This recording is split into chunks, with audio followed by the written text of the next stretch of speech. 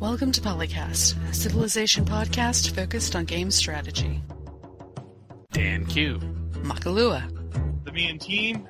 Ed Jin. With guest co-hosts, Darkest Onion. Eek. I think we can all agree that we do have a measure for how well people play, and that's your score. There's something like that. Kidding. Hello, this is episode 210. The Me and Team, Daniel Quick, EAG, and Madgen. Yeah, no pause in between. Dan can't say his line. Sorry, I forgot. I'm not good at this. That's all right. We can say our line now. Line. ... Oh, man.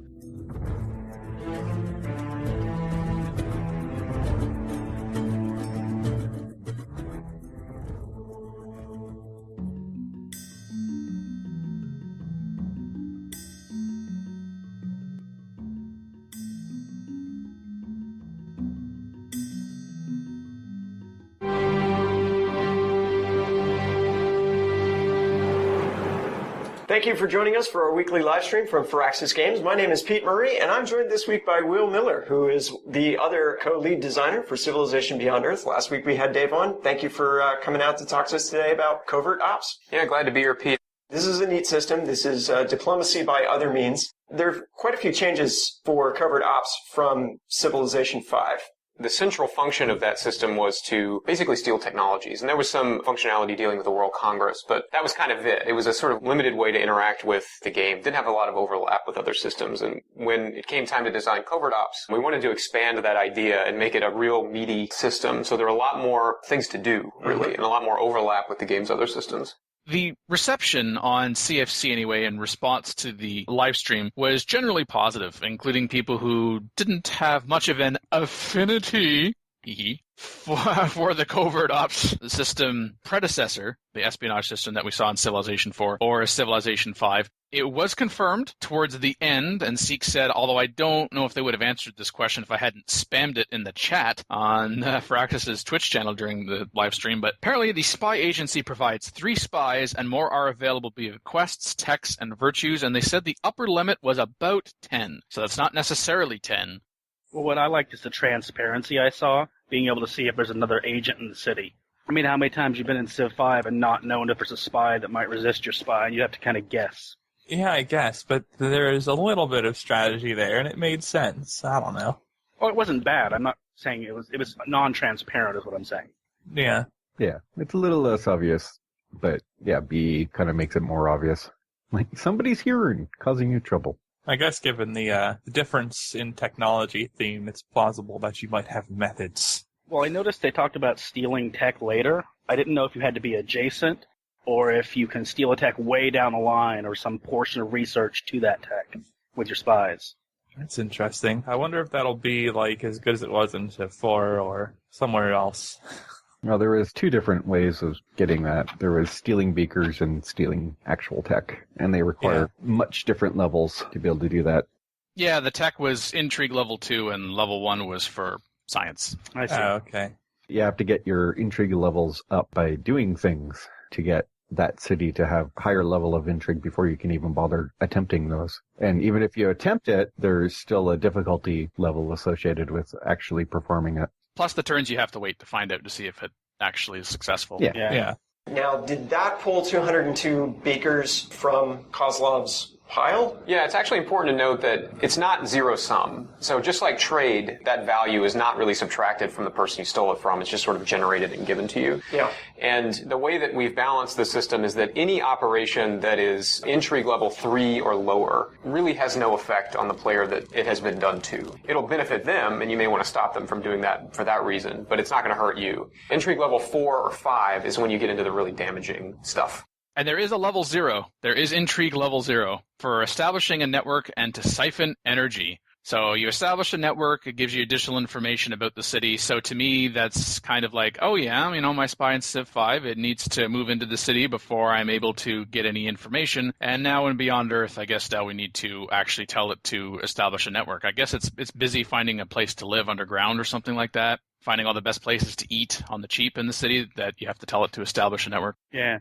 Siphon energy sounds pretty sweet. Yeah. Because energy is the equivalent of gold, right? Yep. And in Civ 5, it's like, oh, do you want to buy a unit? Okay. You want to buy a building? Okay. Translates into oh so much. It usually sucks, though, in other games, the money you can get. Yeah, you can usually get it so many ways in Civ 5 that I'm kind of worried it's going to be so accessible that you wouldn't want to take any bonuses towards it. I was more thinking along the line, there's like the amount you can get from other sources relative to that. Oh, I see. One of the things that I have noticed is that because stealing science from people is a non-zero-sum game and you get kind of a lot of stuff for it, you can actually use that to outsource your research in a way. A new op available to us, which is called Recruit Defectors. And this is pretty neat because this gives you random military units. On a standard game, this takes 14 turns. That's quite a while to wait for something to come up.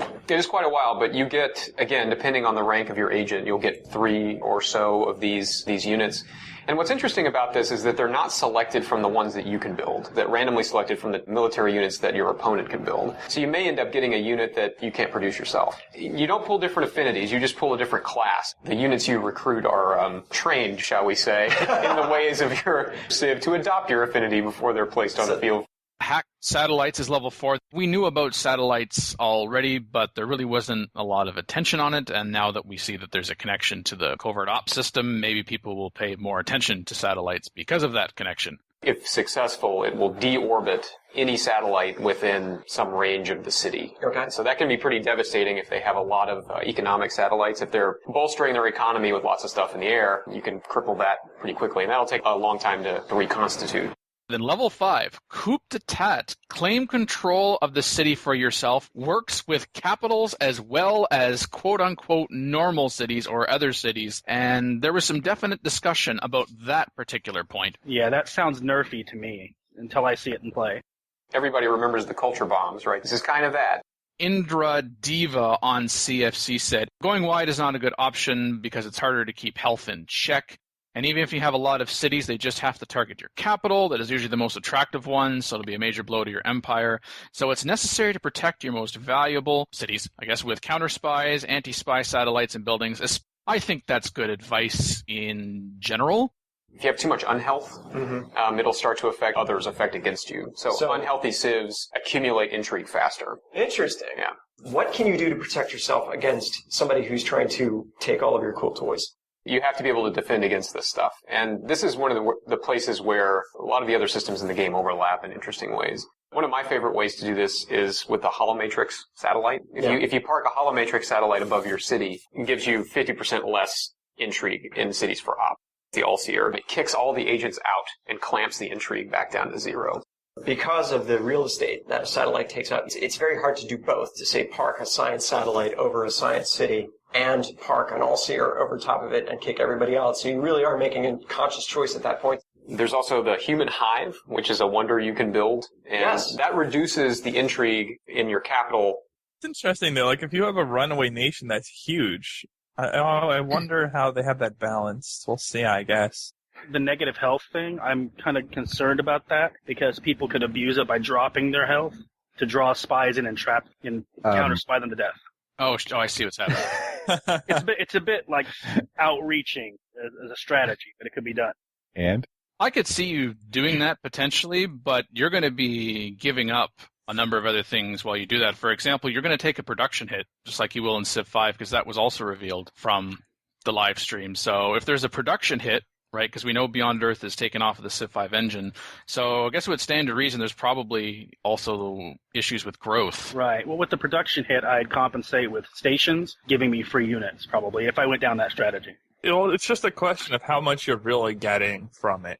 Right. Is it really worth its cost? And it might or might not be, depending on the exact numbers. I guess if you had a particularly potent opponent that you know was going gung-ho with espionage and maybe the covert ops. Yeah, they're gonna beeline the first big building for the 3 spies kind of player. In that particular case, then if you know someone is doing that and you've already put your counter spies in there, and there's probably buildings that are going to help you with that as well, seeing as how there are buildings we'd already know to help with health, because we talked about that on the last episode with the clinic. There could be situations where this is really annoying that I'm losing this, that, or the other thing. So if I know who it is, or even if I don't know who it is, let's see if I can expose them and get rid of them. But I think that's going to be very situational. I don't think, we hope anyway for balance purposes, that that's going to be kind of a go-to sort of a thing that more often than not is worth your while to engage in. Right. I noticed a few people on the forums are a little worried about the complexity of the espionage system. They're afraid they won't be able to understand it or counter it.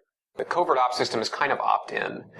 You don't have to emphasize it. It can be extremely beneficial if you do. One of the things we wanted to avoid was to have covert ops kind of sneak up on players. You don't want to get your city flipped, a dirty bomb detonated in your city or something like that because you didn't pay attention, or worse, right? Right. So the entry level for a city is kind of like the little stars you get in GTA when you misbehave, right? Things, yeah. To me, the understanding, I don't think is a particular issue. I just think the counter is a bigger issue because that speaks to balance. Yeah. You play it enough, and given also the fact that Beyond Earth is based off of the Civ 5 engine, for existing Civ players, it's going to take some playthroughs to learn, just like you're going to be taking some time to learn about the different and varied mechanics as compared to Civilization 5. But if there's no effective counter, if there's no practical counter, then that just becomes troll bait. Right. Yeah, Well, that's just the thing. Is as long as it adds depth and isn't just complexity for complexity's sake, it's a good thing to have something in a game. Oh, I agree. I'm thinking more of that beeliner that's going to recruit defectors and building up welcoming committees to take people off the map as they land. You know, real fast, aggressive play. Yeah, maybe.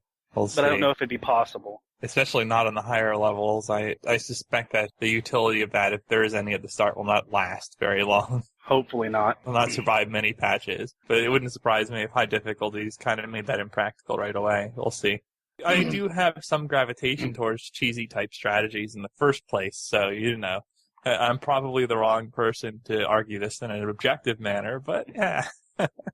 Another nice flavor with the covert ops is the tie-in to the affinity. And of course, we've talked about affinities before, purity, harmony, and supremacy. And we find out that if and when you reach level 11 of a particular affinity, then there is an intrigue level 5 moderate difficulty covert op that you can take. If you're in purity, you can detonate a nuclear device in the city that you have the covert op placed in, reducing the city's population by half. It's called a dirty bomb. Or you can call a worm strike if you're harmony level 11, which is to activate a device which attracts siege worms to a city. But unfortunately, we do not know about supremacy level 11 other than sabotage. So, of course, when I think sabotage, I'm immediately thinking, so like previous games of Civ where you could get rid of someone's production in a city and reset it to 0. Although, certainly to goodness sakes, sabotage is going to be stronger than that if it's to level 11 of supremacy, because that doesn't seem equitable to call Wormstrike or a dirty bomb. Well, destroying sabotage- like wonders or buildings would, though. Whoa, Yeah, wonders would kill me. I'm like, what? You blew up my pyramid? Rage quit. Yeah, I don't Face. think blowing up wonders is a good plan. I don't know. Depending on the wonder and the context of the game, that could be less damaging than having the population of a city, especially a city like the capital. So, What if you could do that to the Mind Flower, though? That would scare me. well, You know, the final ones. Just blow them up like that with a spy. I better get some counter spies. No, that they probably won't allow that. But I was just saying, like, if you want to make sabotage good, you can make it too good. That's true. Hey, blowing up wonders, the only place that belongs are in the movies. Okay? Yeah, All right. disaster porn stuff. Okay. Well said. Well, geez. Rule 34. There you go. So when an operation is performed by an agent, there are two calculations that are made. One is to see what happens to the agent, and one is to see if the operation is successful or not. There are a couple reasons that we did this, and mainly it's for kind of balancing purposes, so that we can, for example, lower the number of turns that it takes, but raise the risk to the agent, or raise the probability of failure. The agent can remain undetected, be identified, or captured and killed. If you're detected, the target is informed that something happened, but not who did it. Be identified. The target is informed who conducted the operation, and the agent flees the city. So there is the possibility now, this is a variation from Civ 5's espionage, because if you were caught in Civ 5, if your spy was caught, they are gone. But there is a possibility that you can be caught and let go. And the agent is essentially allowed to flee. Now, of course, when I say allow, probably means they went to try to kill them and they were unsuccessful. But that's an interesting wrinkle. I wonder if that's, again, tied to, whether the operation succeeds or fails. If it fails, depending upon the intrigue level of what you're trying to go for, the difficulty of it succeeding, I guess that's also going to come into play. And maybe your disposition as well, somehow, towards the AI. I'm thinking of the AI in particular. If the spy gets killed or the spy is actually able to flee, just how pissed off are they that it was you that tried to do something, whether you were successful or not? An operation can succeed but result in a captured agent, or it may fail but allow the agent to remain in the city undetected, as noted by Ariok on his site. So yes, that is possible. They added the possibility.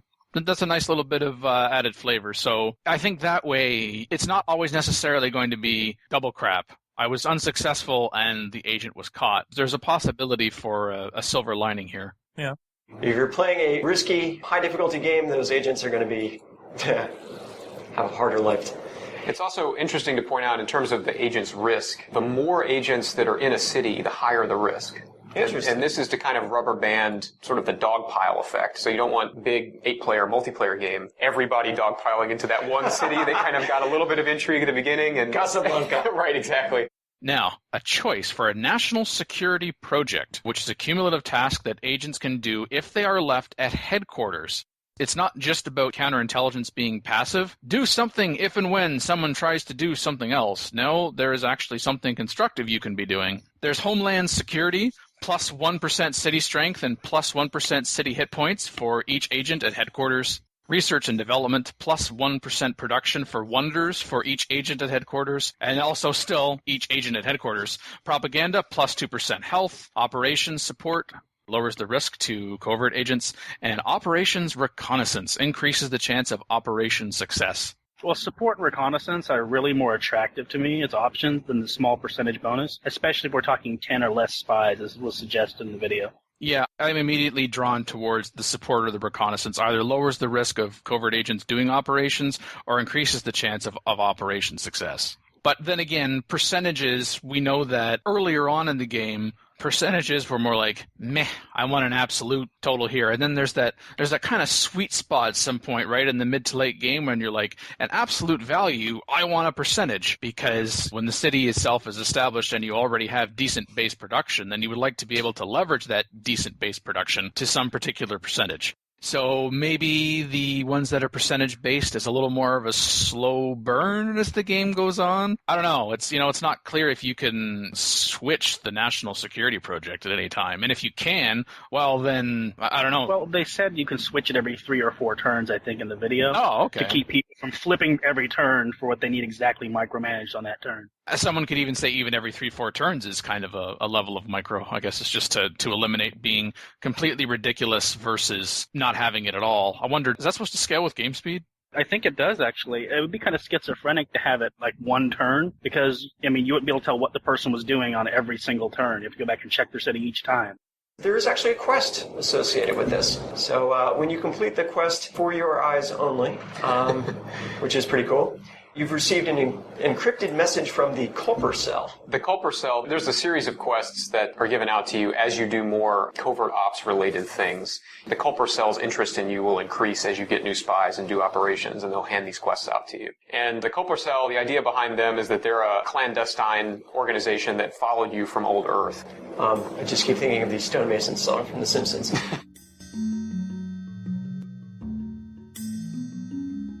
The first 100 turns. Yes, the Solar Gamer, first 100 turns playthrough. Sid Meier's Civilization Beyond Earth. That's right, I got a chance to play the first 100 turns of Beyond Earth. Now, I did go down to San Francisco, all expenses paid from 2K Games itself. I have to say that for legal reasons. But yeah, this game is fantastic. So, what this game does is combines, I'm not going to say it combines Alpha Centauri with Civilization 5, but literally that's the gist of it. This is not Civilization 6. This is its own new IP that Firaxis has been working on that combines Alpha Centauri with Civilization 5. And I think they did it well. Let's explore this alien world. I have to say, I really enjoyed this playthrough that I did. It's a little over an hour long, I believe. That's correct. Yeah, 67 point something minutes. So Yes, split into 2 parts. Yep. I noticed that the ships actually have the letters FRXS on them when the civilization lands. I thought that was kind of cute. Oh yeah, that's a nice little subtle nod to Firaxis. Yeah. I'm surprised I didn't notice it before, to tell you the truth. Well, that's because you were paying attention to probably more practical things. And then while you're waiting to learn about more practical things, your mind starts, again, parsing every pixel. I think the tech web will be an adjustment for a lot of people because it looks different. It might not be that complex, but it's just so different from what you're used to looking at that that'll take a moment, I think. Some of those worms look really sturdy. They're a real pain just taking a gander at this. One thing that I didn't notice until right now is that there is a gigantic siege worm on its way to my capital. And these siege worms are badass. They are humongous. Look at how much damage that's gonna... Like, nothing. That's not gonna do shite. I mean, they're scary. Solar Gamer, he's got about 76,000 subscribers on YouTube, and yes, there were some other playthroughs, and one in particular we're not going to talk about. There were some issues with the delivery, shall we say, so I chose this as, from what I've seen, able to come across a decent example. And now it's hard to say if it's the best, because, well, how do we know there aren't more first 100 turn videos to see before the game is actually released? Yeah. I think my favorite comment, and the Solar Gamer just responded perfectly. Robert Glover on YouTube is like, wow, can this guy say cool one more time? Sheesh. Solar Gamer's response? Cool. Yeah, there you go. Full time. He's like, yes. Yes, I can. Thank you. Something I noticed in a lot of these 100 turns that we've seen, everyone wants to kill the sea alien, right? And I have never seen a sea alien actually attack a city or a worker unit or anything. And because we've never seen really boats or embarked units much until a little bit in Solar Gamer. I think that's what we call preemptive strike. Maybe. Can you just kill everything? I thought that's how it worked. I don't understand. I mean, my concern would be like, let's say you just shoot the alien whales, like he calls them, and you just make the whole alien life angry because you're afraid, even though you're 1 tile in from the coast, like he was. Well, I think you're just trying to piss the aliens off for everyone, right? I mean, that's the way to go. Hate play. Well, there's also the fact that the aliens think they're the boss on this planet, seeing as how, it's their planet, and they need to know about the New World Order. You could make a case for doing that, though, if you're going a very military-oriented opening and your opponents aren't, because then the pissy aliens will mean less to you than them, in theory. Well, it's like Raging Barbs in Civ 5. You can feed yourself science by making them all angry at you. Yeah, there you go. No matter what your affinity is, and no matter how aggressive the aliens are towards you, if you get in range of their alien nest, they will attack you no matter what. It's kind of a defensive territorial thing. They will attack you. Now, I just knocked that out, so they're going to be really mad at me, which is fine. I mean, they'll get over it. And that siege worm is still kicking around my base, which is quite terrifying, but we'll deal with that eventually. Oh! He's attacking, and he wipes out my entire Ranger squad, which I was just so surprised when that happened because yes, I shook the screen. These aliens are so powerful. It's great. It's absolutely great. It's going to add another element to the game. So let's see what we can do. Yes, we can kill this siege worm if we attack it right now. No, we didn't. He's still alive. Well, you might as well just risk it and go for the stalemate. Come on, kill it. Oh. Josh Hines on Facebook said, definitely the best playthrough commentary I've seen so far. Now, Greg Spencer's like, I've given up watching any first 100 turn videos. You've shown so many to try and prove it isn't a bore that we're going to know everything about it by release, and it'll be boring anyway. Right. Well, what? Well, he said a few times in the video in his defense that he wasn't playing his best game. He was playing his I want to show you combat game. So I think he did a good job warning people it wasn't going to be alpha or best strategy. Well, he's there to inform, but he also has to entertain as well. True. The Pan-Asian Cooperative doesn't like how we're being, and Brasilia doesn't like how we're being mean to the aliens around us. Our continued conquest of the aliens is going quite swiftly. However, I want to turn my attention towards Brasilia soon enough. I think I'm going to do that after I kill that alien nest that's down in the bottom left-hand corner. So those aliens are dead. Perfect.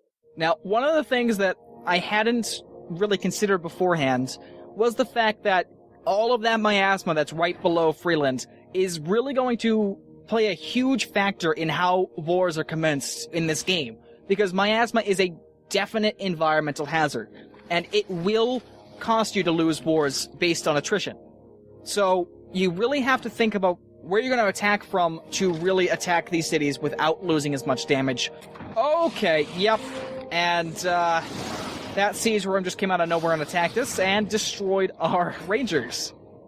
Dang, that sucked. That really did suck. But our Marines are on the job, and we're going to take him out because vengeance and all that stuff. Yep, there we go. Vengeance. Even if they are like a below average player, like people enjoy their content. You know, maybe you're not watching for elite play. Maybe you're watching if you like watching this person play.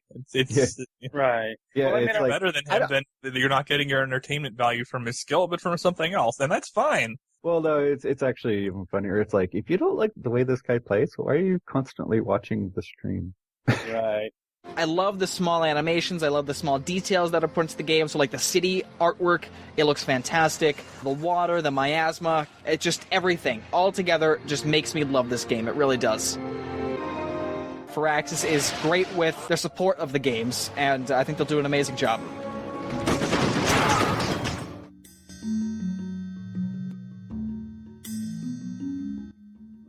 Welcome to the Firaxis Mega Panel for Sid Meier's Civilization Beyond Earth. My name's Lena Brenk. I'm the lead producer. I'm Anton Stringer. I'm the gameplay designer. I'm Will Miller. I'm the co-lead designer. I'm David McDonough. I'm the other co-lead designer. I did see an interesting terrain feature. I guess that's an odd place to start, but I saw a caldera on the map. I hadn't seen that before. I'm not sure what the yield was. There was a ring of mountains in the middle of a huge lake, but you could see it was a crater. So it could also be a city that used to be there. You know, I mean, they could have gone that direction, but I wasn't sure what I was looking at. Yeah. Did anyone else notice that there was a borehole improvement possible far down in the game? No. It was a kind of nice homage to, I thought, Alpha Centauri to have you need Purity 8 for it. I know the developers have said that there would be homages to Alpha Centauri, and a lot of that I can understand. How could there not be? Exactly. They would just be remiss not to do that, I think. Right. I like the Rocktopus, too. I'd only heard little things aside about it. I hadn't heard a lot of good information on it.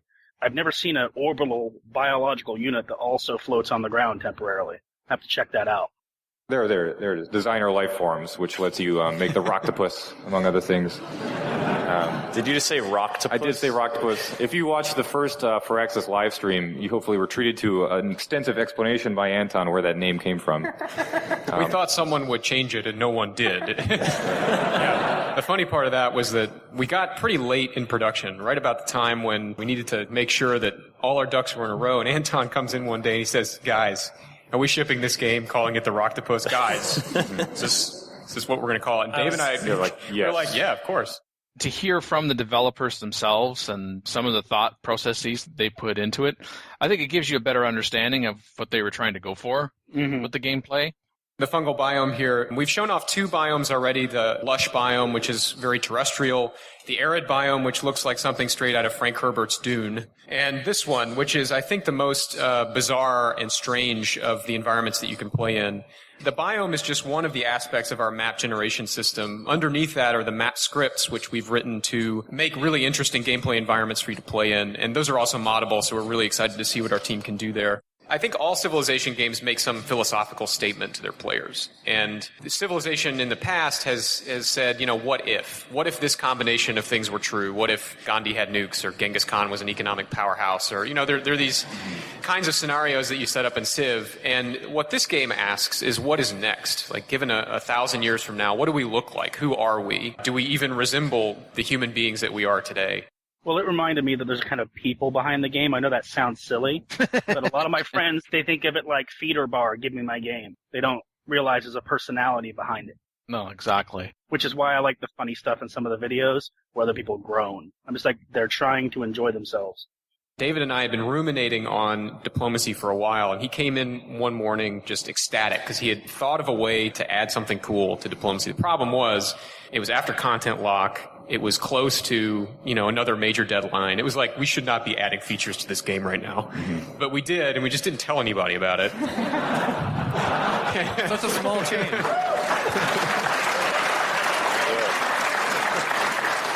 Luck Luckily, it turned out really well. Luckily, it didn't. What do you mean, luckily? We knew what we were doing. Sometimes.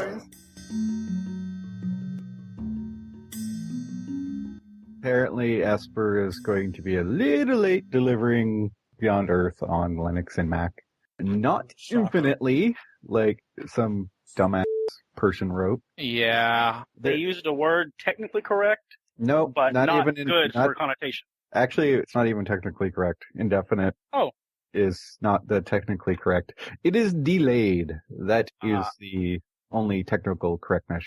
Saying that it's indefinitely delayed leads you to believe that it won't come out in the end. The vaporware curse is what they're afraid of. Yeah, so either this was a fail on the grasp of the English language or clickbait, or maybe both. It was probably mostly, both. yeah. 2K Games also issued a statement, which was, we remain committed to both Mac and Linux versions of Beyond Earth, but we don't have a release date to share just yet. It will happen. Stay tuned. Yes, which is totally different than indefinitely delayed. Yeah. It will happen. Well, and Firaxis said Mac and Linux versions are coming soon. So, yeah, I don't know how you get indefinite from that. Yeah. Well, these days I try really hard to stay out of the Mac PC/Linux debate because people get really angry really fast. So I tend to skirt along with, they'll come eventually. It'll show up. Want to control like everyone and release it earlier for those two platforms. That'd be hilarious. That would be funny. Yeah, but their original aim was to have all released at the same time, and that's obviously not going to happen. Well, I mean, I'll probably refer people to talk to Aspire by email rather than, beat up Firaxis for the situation, based on what's been said anyway. Well, you can't necessarily blame Asper for it. You'd have to know why they got delayed first. Yeah, right. Any number of a million different reasons. So. Well, it's just I'm really sensitive to Firaxis hate when I see it, because it's usually just real quick, off-the-cuff comments. Well, everybody blames Firaxis, even though most of the time it's 2K's fault, and they just don't understand the difference between the two. Yeah, exactly. I mean, 2K is kind of the link between Firaxis and Aspire here on things like that. So if you're going to blame anybody, although I think blame is a pretty strong word, then yeah, I guess you're most accurate to point the finger at 2K. But even then, without knowing the particulars, I really don't know what you're pointing the finger at. Yeah, if you don't know why, stop pointing fingers. Without going too far out, I've seen the theme forums for BE, and there's a lot of what's a producer and what's a developer problem, but most people don't know how to differentiate, like you guys were saying. Yes, so a PolyCast education moment. Oh no, everyone run, we're going to learn something. No! Game developer equals Firaxis. Game publisher equals 2K Games. For Civilization. I better add that qualification. I'm not saying that they're the only developer and publisher on the planet. Yeah, maybe as far as we're concerned, that's what we think. Firaxis Sports, Madden 2016.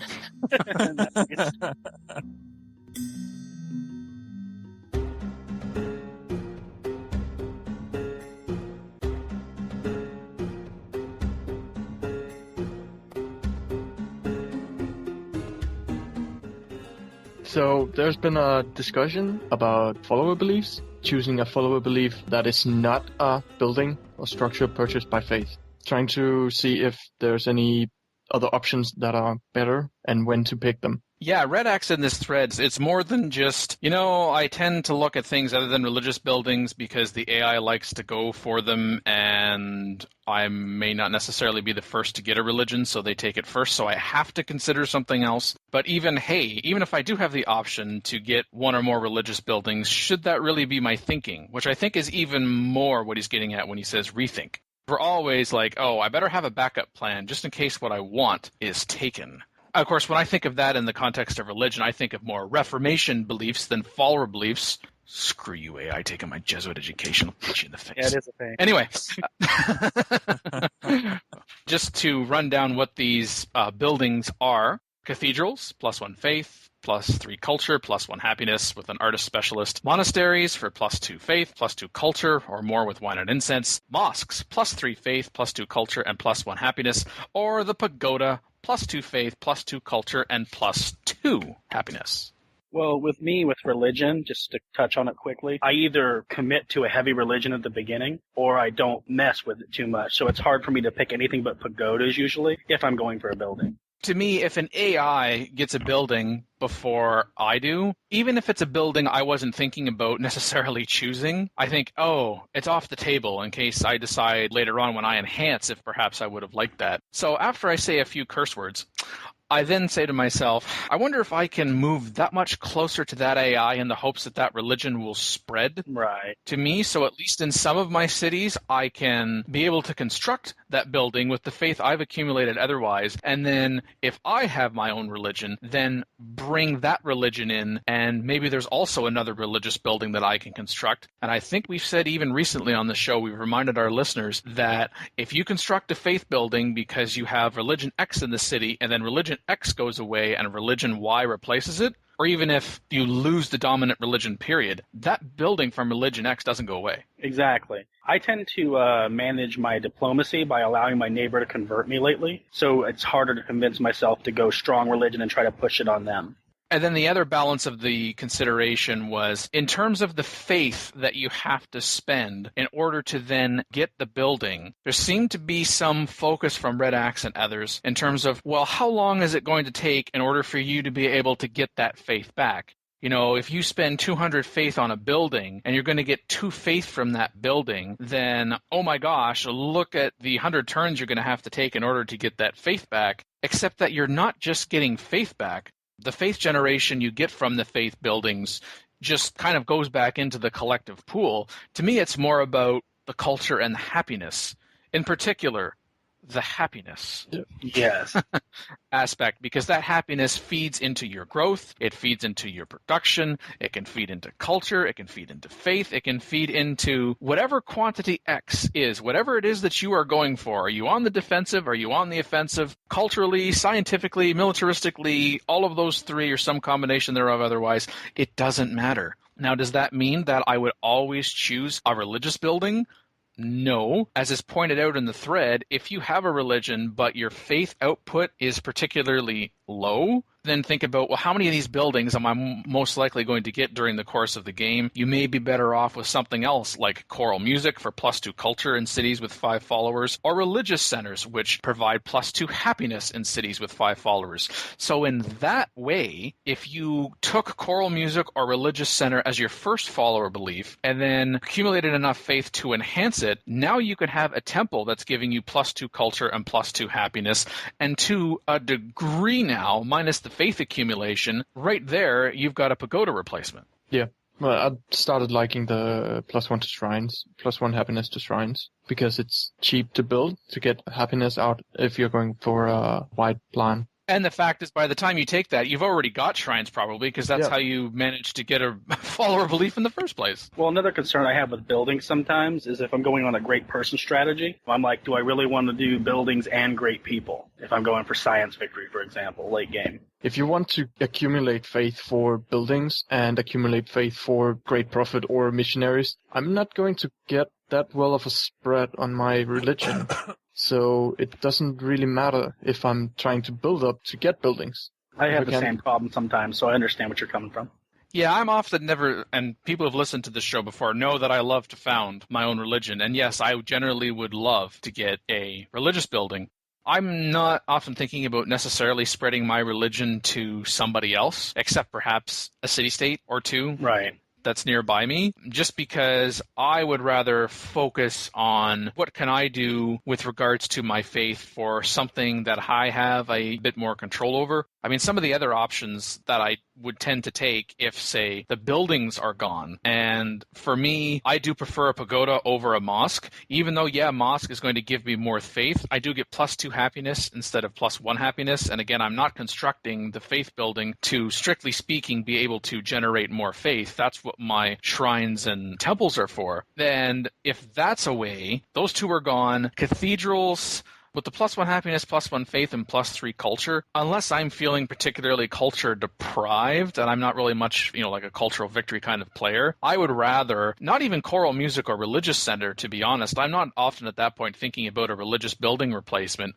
but if those buildings are gone, and I have a high faith output, which would then kind of lead me to want a religious building, but, I've got the third or fourth religion, or I got the second religion, but, crap, I only got one building, because someone else enhanced before me, Gur and Arg, then, as a militaristic player, Holy Warriors, for instance, for faith for purchasing pre-industrial land units, that is a lot more attractive. Or if I've got a particularly tall empire, I might be more inclined for Feed the World, for shrines and temples to provide +1 food in each city. So my religious buildings that are generating faith is also generating food, so my cities can be taller, and I can again work more tiles for more production and generate more science. I think out of all of the follower beliefs, I think John C. Nunn kind of poo-pooed this swords into plowshares, because he said if an AI declares war on you, then goodbye-bye for the +50% faster growth rate in each city. But I actually think that the one that I just kind of go, I don't think so, would actually be Divine Inspiration.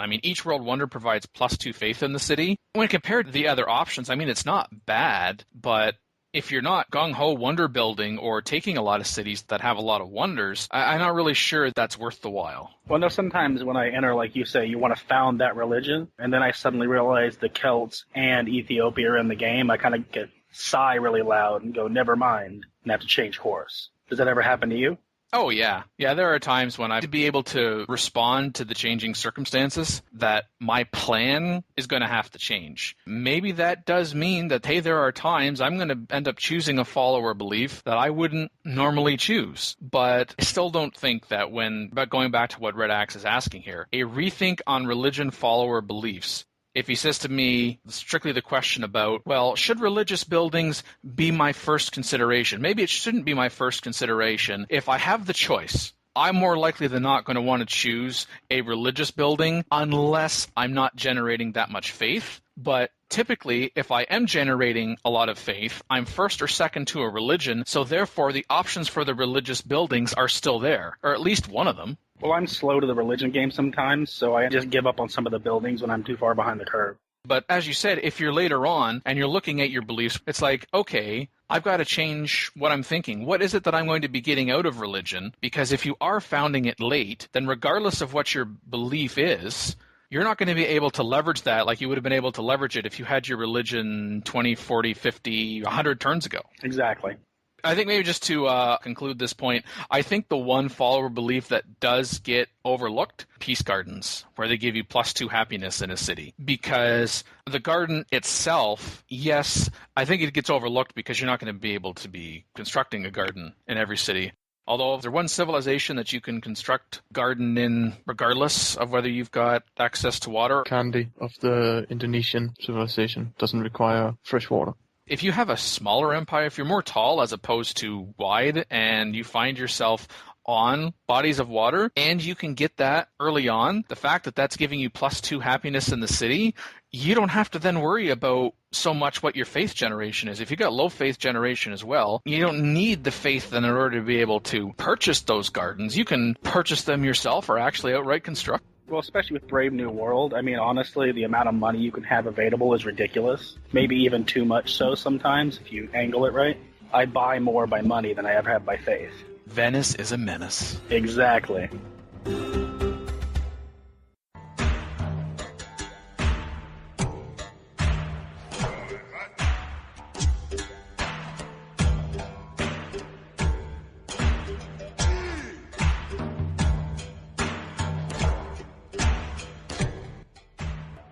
Gosh, this game, it's so vast. Prozac 1964 is just commenting that Civ 5 is vast and hard to master, I guess. Got the plateaus you're going to go through. Yeah. Well, how could I ever hope to master every aspect of the game? Wow, talk about setting yourself up for some disappointment. No kidding. I know I have, and I'm still like, every now and then about something. As long as you're not like you every once in a while. Just read the manual. There you go. Read the manual, man. If only. See, there are these things called manuals. And what you would do. Well, there's a type of player, and I'm not getting down on them, that doesn't read the manual and additionally doesn't read the Civipedia or how anything works, and then they're mystified when a game effect happens. So Yeah, I don't what either. hurts me though is like when I wind up mystified after I have read those things because the things I read are inaccurate. Oh, That's when I Or start you've getting like, interpreted them to be more OP than they are, and you're like, oh, and you realize you made a mistake. well, no, that's on me. But if there's just something in there that's blatantly wrong, and I made a decision based on an in-game representation of something that wasn't the case, that's different territory than we're talking about here. Akin does say, practice makes perfect. To be honest, we all started here. The good news is that once you quote-unquote master this game, jumping on the next one is easy. Whoa. There's an assumption. Because to me, I've mastered Civilization 4. Hey, Civilization 5, that's easy to master you know, right? No. Hey, No. Hey, he said... Master, no. He didn't say No. mastering, he said jumping on. Well, you just throw the game on the ground and Exactly. jump away. It's not It's that really difficult. easy. Well, I don't know why you need to master the other game first. you but hear a lot of people saying like Civ 4 from stacking to 1 unit per turn, and they act like, well, that's going to be easy. I'm like, no, it is not. you mean 1 unit per tile, right? Yeah, the 1 unit per tile. Yeah. Yeah, one. Imagine is the one that talks about 1 unit per turn. I'm waiting for that mod. I'll tell you what. Oh yeah. I like Prozac 1964's response to Akin, which was, thanks. It's encouraging to hear more experienced players say that. I can't wait for it to all snowball. And then Dr. Vic Tim says, I put a city in the snow and it didn't snowball. Nice.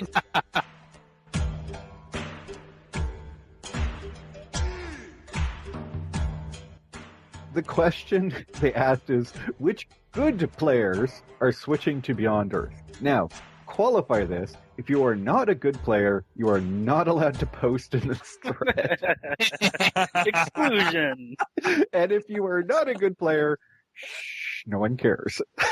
But this just ties back to the average player thing. You can't possibly begin to measure that. So, well, and surprisingly, there are actually 2 pages worth. So some people actually think they're good players. It's great. But anyways, he does ask. He has not really played Civ 5 for some months now. He's planning on switching to Beyond Earth when it comes out. So I guess he's assuming he's a good player. Because he only wants the opinions of good players so that he can become one at some point. See, that's also a good take. In general, he's just excited that there's some new turn-based strategy game to play competitively, and who else is planning on leaving Civ 5 behind and going to Beyond Earth, which sort of sounds like the whole premise of leaving Earth behind and going beyond. This one just kind of seemed to me like with having too many hours in Civ 5 that I would probably be starting to be happy with. It's like Civ 5 but new with BE. So I won't leave Civ 5, but I'll probably play a lot more BE for the first few months at least. Are you a good player? That's hard to to say. Are you allowed say. to answer that question? the answer is yes. I'm good enough, I guess is what I'd say. I don't know. The thing is, if you switch to Beyond Earth, then okay, once Beyond Earth is out, then you are done with Civ 5. I could see someone switching to Beyond Earth and then for one reason or to other, going back to Civ 5. Yeah, I could actually think of a good reason why people would go back to Civ 5 after playing Beyond Earth. But I probably can't say that.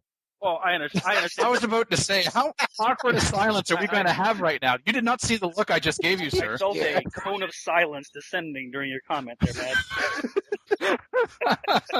It's like, I can think of reasons, but I don't think I can say. Well, I could see someone like finding a rage quit moment that continues to happen to them in Civ BE, and then grumbling, throwing in their mouse, and just going right back to Civ 5 for a few weeks to calm down. Yeah. You know, I know that kind of player.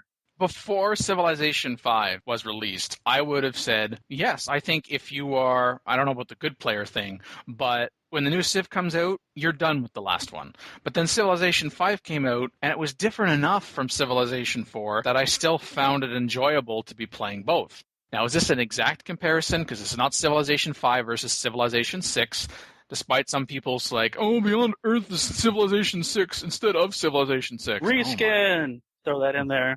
I also think that because it is based off of the Civ 5 engine, that to say that you're switching to Beyond Earth, I don't know if that's the word. Transitioning is what comes to mind for me. Yeah. It feels like a shift into the new game. Not to tangent too far, but when Civ 6 does come out, I think it'll be harder to decide whether to 5 BE to 6. You know, how to balance what I'm going to play at that point.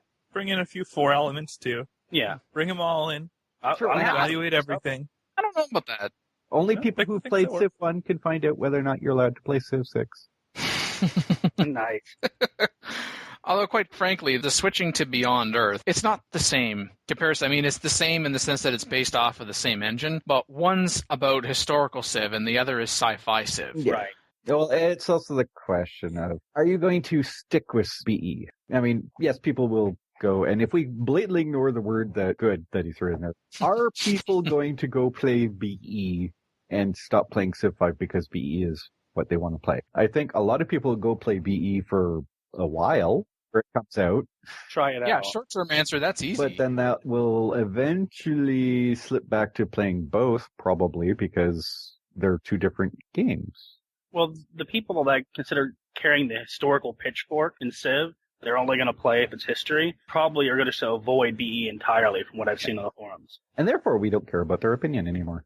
And especially in that thread, particularly. You know, not going to switch? Thanks for saying. On we go.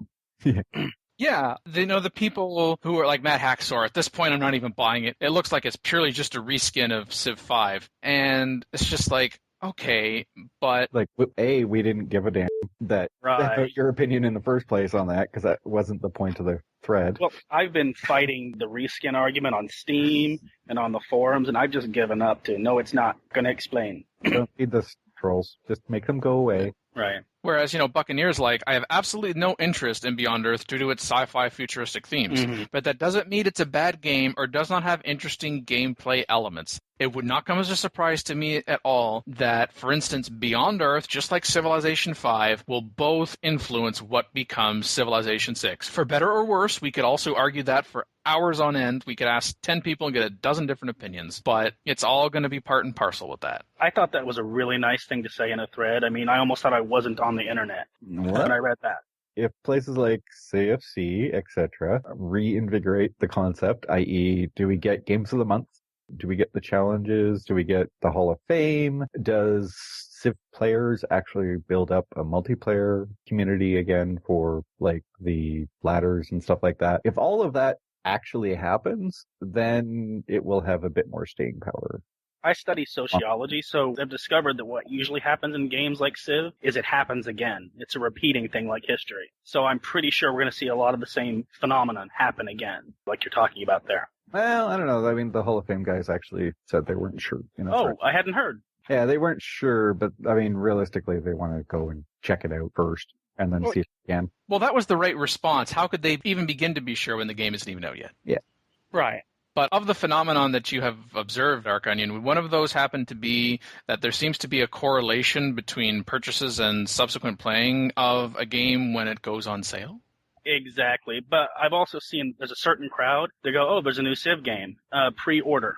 But I would suggest that there is going to be a bit of competition this time. Unlike the base game Civ comes out, there is no competition because no one actually tries to build a game similar to Civ. They figured out a long time ago that they should just stop doing that. But when it comes to this sort of thing, which is futuristic colony on a future planet, there actually are multiple games coming out at around the same time that are basically in the exact same space of Civ in future.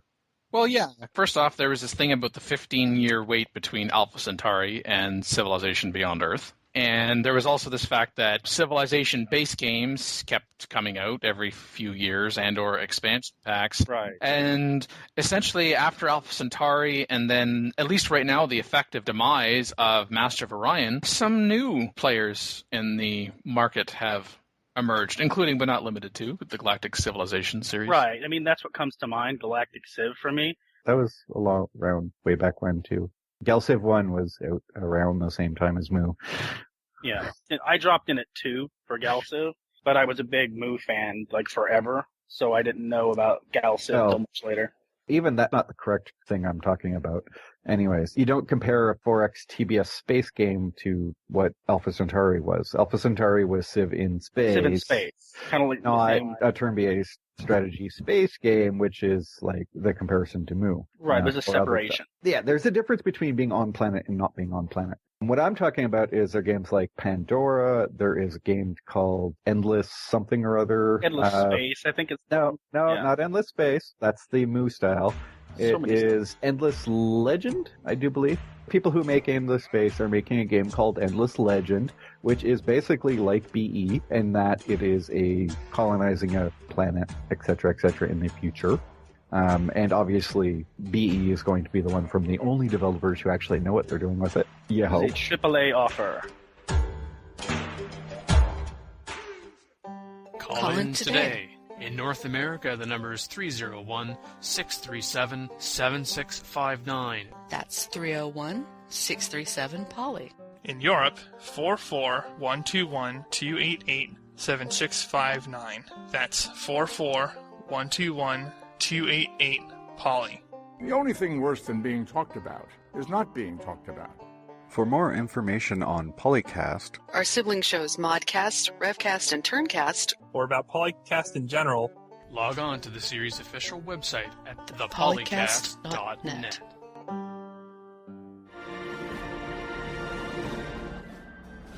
I'm already expecting someone to say, so if Beyond Earth is based on the Civ 5 engine and you put that in Beyond Earth, where's our Civ 5 patch that allows that in Civ 5? You know it's coming if it's not already out there. I may have encouraged it. I'm sorry. I wouldn't be shocked to see the mod community come after BE and backdate a few things to Civ 5 for people. Yeah. And they'll all be shut down because that's blatantly illegal. Yeah, I know. Is it? I know they'll try. Yep, they're two different products. Anybody who copies one out of one copyrighted product and puts it into another is actually performing something rather illegal. That's interesting, because like some of that stuff you could just guess would be in, and if you're modding it yourself, you're not like just strictly copying stuff. I think that's great. No, it's not great. Huh. It's pretty black and white, from what I understand. That's why I kind of brought the idea up. Because somebody actually on the forums at one point did mention copying BE code and dropping it back in Civ 5. Well, yeah. I mean, that should be pretty obviously illegal. I was thinking more along the lines of providing similar features through your own mod work, not just copy-pasting code. Alpha Centauri mod.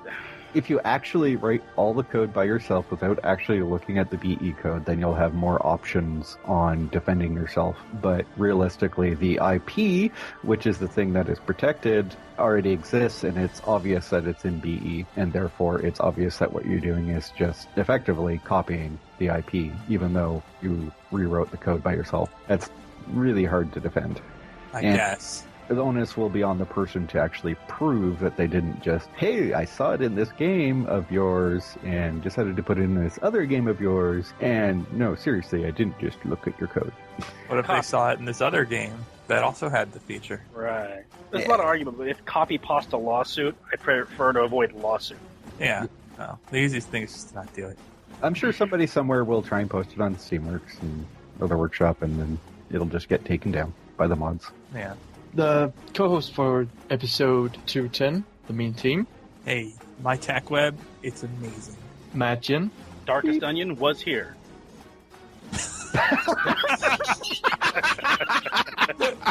Whoa, have you tattooed yourself into Imagine or something? No, I didn't mean to do that. Sorry, man. What the? Set aside Imagine, Dark Onion. That was awesome. Just run with that. That'll work. Darkest Onion. Yeah. Yeah. Not sure what to say now. Sorry, I'm lost on that. I had fun. Nice to meet all you guys. Dan Quick. The space in between. Oh, and myself, Eeg. Thank you for watching. And listening. Are people watching you, Eeg? Because that would be creepy. That'd be one heck of a hack. You don't know what people are doing.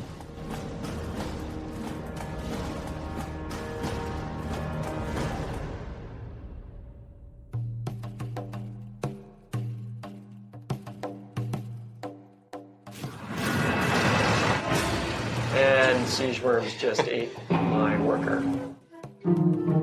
So he's actually building his spy agency now. No doubt feeling he's missing out on something very exciting at this point. No, there is actually something constructive you can be doing. And I get an ad right at that moment. That's just absolutely lovely. Nice. I think I can speak over top of it. I just won't be able to hear anybody else. Would anyone here consider themselves a techno artisan? No? All right, we got one in the back. Excellent. One back there. Yeah, whatever. You can establish trade routes with stations to receive various supplies that your people may need. Thank you, Advisor, for summing up what I was going to say. And we gained a veteracy on someone, I believe. Yes, it was him.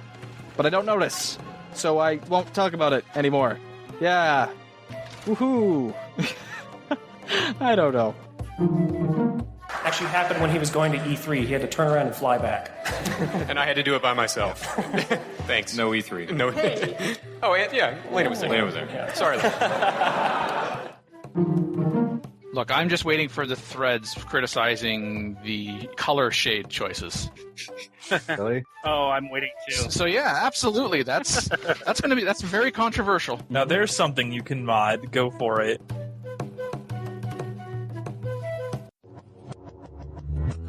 Record date September 13th, 2014. Live stream and mega panel clips courtesy Civ Games. First 100 turns clips courtesy Solar Gamer.